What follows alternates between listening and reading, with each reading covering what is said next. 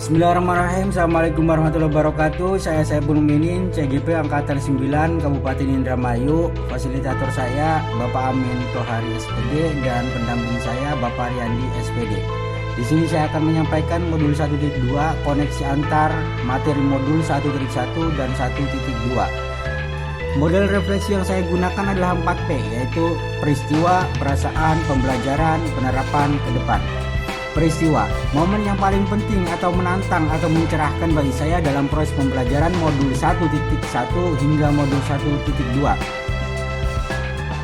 Pendidik harus bisa memberi contoh dan dalam pembelajaran, dan itu berkaitan dengan nilai mandiri yang harus dimiliki oleh pendidik. Pendidik harus bisa memberi dukungan dan semangat pada murid yang nantinya akan menciptakan nilai berpihak pada murid dalam pembelajaran dan menuntut pendidik untuk melakukan kolaborasi dengan berbagai pihak. Yang kedua ada perasaan.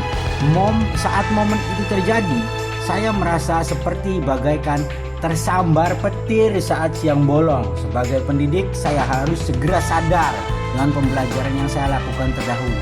Karena pembelajaran yang dahulu sangatlah minim pembelajaran yang berpihak pada murid.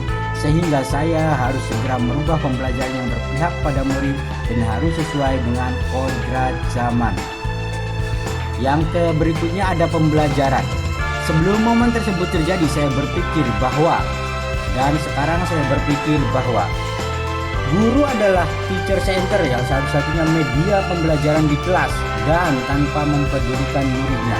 Murid adalah aset yang penting untuk meneruskan pendidikan ke depan dan harus bisa membuat pembelajaran yang menumbuh kembangkan minat dan bakat peserta didik.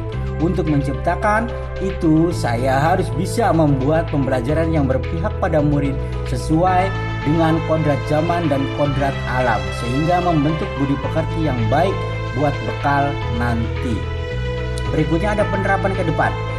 Apa pengembangan diri yang sederhana, konkret dan rutin yang dapat saya lakukan sendiri dari sekarang untuk membantu menguatkan nilai-nilai dan peran yang sebagai guru penggerak. Yang pertama ada menerapkan pembelajaran yang berpihak pada murid yang sesuai dengan kodrat alam dan kodrat zaman.